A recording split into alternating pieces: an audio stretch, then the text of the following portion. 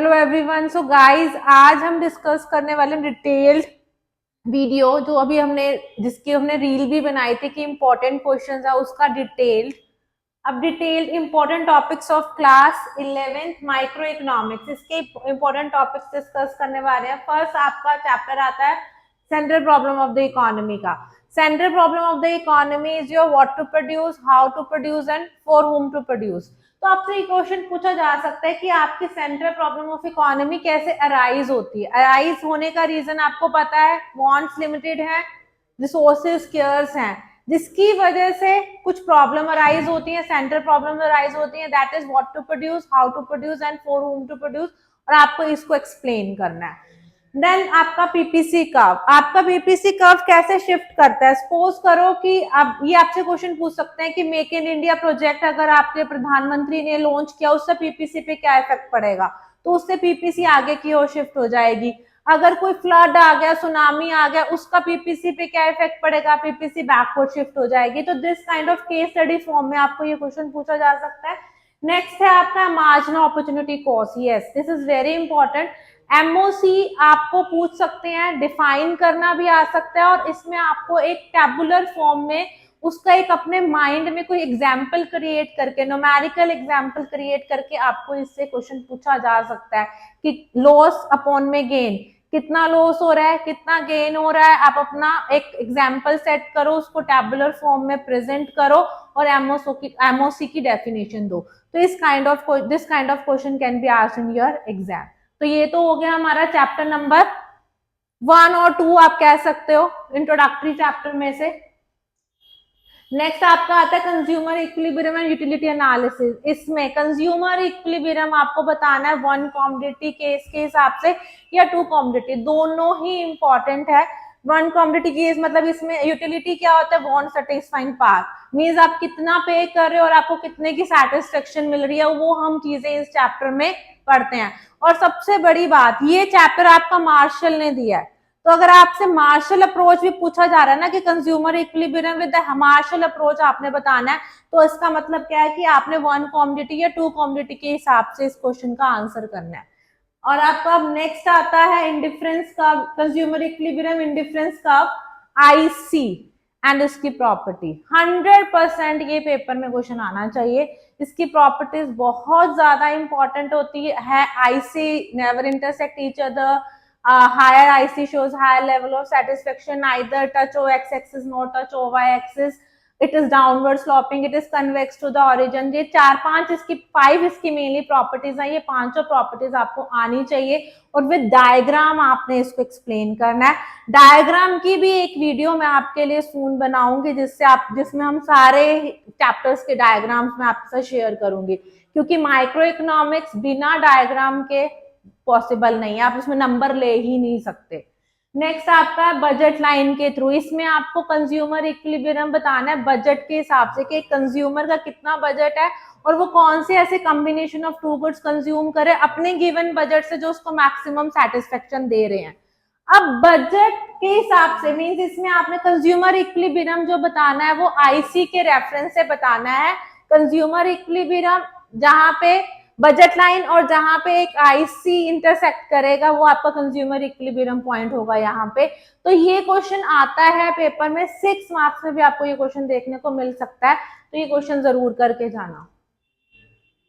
Next आपका theory of demand. Theory of demand तो basically सारा चैप्टर ही बहुत इंपॉर्टेंट है, बट इसके main determinants on price of commodity, price of related goods, income of consumer, taste and the preferences of the consumer, ये सारे के सारे जितने भी डिटर्मिनेंट्स है इसकी नॉलेज आपको होनी चाहिए, क्योंकि इसके बिना बाद वाले टॉपिक आप नहीं कर सकते। तो डिटर्मिनेंट्स का फुल फ्लैज आपको प्रॉपर नॉलेज होना चाहिए अगर आपको डिमांड चैप्टर करना है अच्छे से। तो यस, मूवमेंट एंड शिफ्ट 101% लिख के ले लो कि क्वेश्चन आएगा।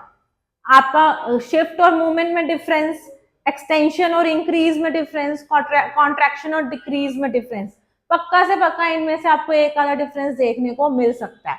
और यस, क्रॉस प्राइस इफेक्ट, इसमें आपको बताना है कि substitute goods and the complementary goods के प्राइजेस का डिमांड पे क्या इफेक्ट पड़ता है। सपोज अगर प्राइजेस ऑफ लेज इंक्रीज हो रहे हैं तो अंकल चिप्स की डिमांड पे क्या इफेक्ट पड़ेगा। ये तो सब्स्टिट्यूट गुड्स की बात हुई। और अगर मैं कॉम्प्लीमेंट्री गुड्स की बात करूं कि अगर पेट्रोल के प्राइसेस इंक्रीज हो रहे हैं तो कार के ऊपर क्या इफेक्ट पड़ेगा, तो ये वाला क्वेश्चन आपको पेपर में देखने को मिल सकता है। तो इसमें कंफ्यूजन क्रिएट हो जाती है बहुत सारी, तो इन क्वेश्चंस को आपको बहुत अच्छे से करना है। नेक्स्ट प्रोडक्शन में से क्वेश्चन आप ये लो वेरिएबल प्रोपोर्शन लिख लो, 100% पेपर में आएगा, या तो 4 नंबर में आएगा या 6 नंबर में आएगा, लेकिन आपको ये देखने को जरूर मिलेगा। तो वेरिएबल प्रोपोर्शन तो आपको जरूर करके जाना है। नेक्स्ट आपका आता है कॉस्ट। यस, कॉस्ट में आपको एक केस स्टडी फॉर्म में क्वेश्चन आ सकता है जिसको आपको कॉस्ट बतानी है कि एक्सप्लिसिट कॉस्ट है या इम्प्लिसिट कॉस्ट है। इसमें से आपको न्यूमेरिकल भी पूछ सकते हैं। आपको टेबल दे रखा होगा, उस टेबल में कुछ ब्लैंक्स होंगे और उसको आपको कैलकुलेट करना है। टीसी, एमसी कुछ भी आपको कैलकुलेट करना आ सकता है। और उसके बाद बिहेवियर, यू शेप क्यों होती है, एसी, एएफसी रेक्टेंगुलर हाइपरबोला क्यों होती है, एमसी यू शेप क्यों होती है, इनके बारे में आपको नॉलेज होनी चाहिए। और रिलेशनशिप एसी एंड एमसी और टीसी एंड एमसी में आ सकता है 3 नंबर के अंदर। नेक्स्ट आपका रेवेन्यू। रेवेन्यू इनमें relationship TR, MR and AR में आपको पास रिलेशनशिप पूछने को मिल सकता है। इसमें 2 सिचुएशंस हैं। एक, जब प्राइस कांस्टेंट रहेंगे, एआर कांस्टेंट रहेगा रिलेशनशिप, और जब एआर कांस्टेंट मतलब प्राइस कांस्टेंट नहीं है तो टीआर, एमआर और एआर में क्या रिलेशनशिप होता है। दोनों ही क्वेश्चन में से आपसे पूछा जा सकता है। नेक्स्ट, प्रोड्यूसर इक्विलिब्रियम, एक ही इस चैप्टर में एक ही क्वेश्चन बनता है, that is producer equilibrium in its condition. तो आपको प्रॉपर इसकी MC is equal to MR, MC rise वाला जो एक पूरा आपका न्यूमेरिकल वाला रिप्रेजेंटेशन है वो करके आपको इसका आंसर एक्सप्लेन करना है।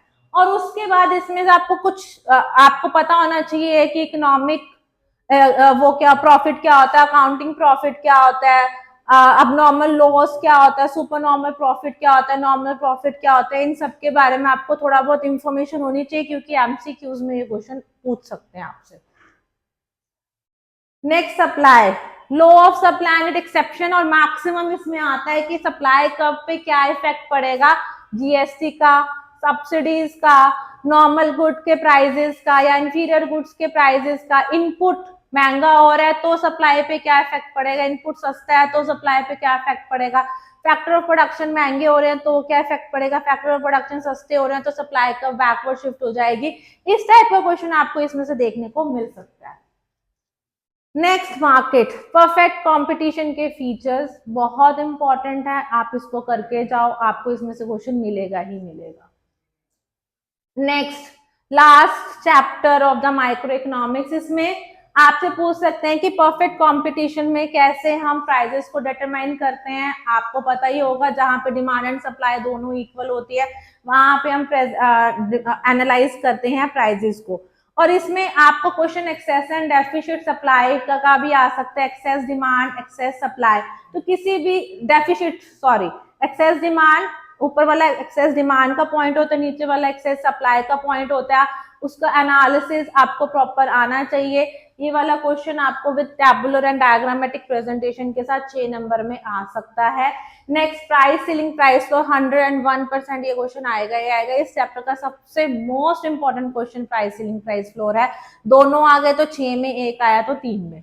नेक्स्ट, साइमल्टेनियस, अगर आप चेंज करते हो या साइमल्टेनियस इंक्रीज और डिक्रीज या डिमांड एंड सप्लाई पे क्या इक्विलिब्रियम पे इफेक्ट पड़ता है, इसकी 3 सिचुएशन ही है, इंक्रीज की भी 3 सिचुएशन है और डिक्रीज की भी 3 सिचुएशन है। तो उन सिचुएशंस के आपको डायग्राम्स को अच्छे से करके जाना है। Thank you and have a nice day.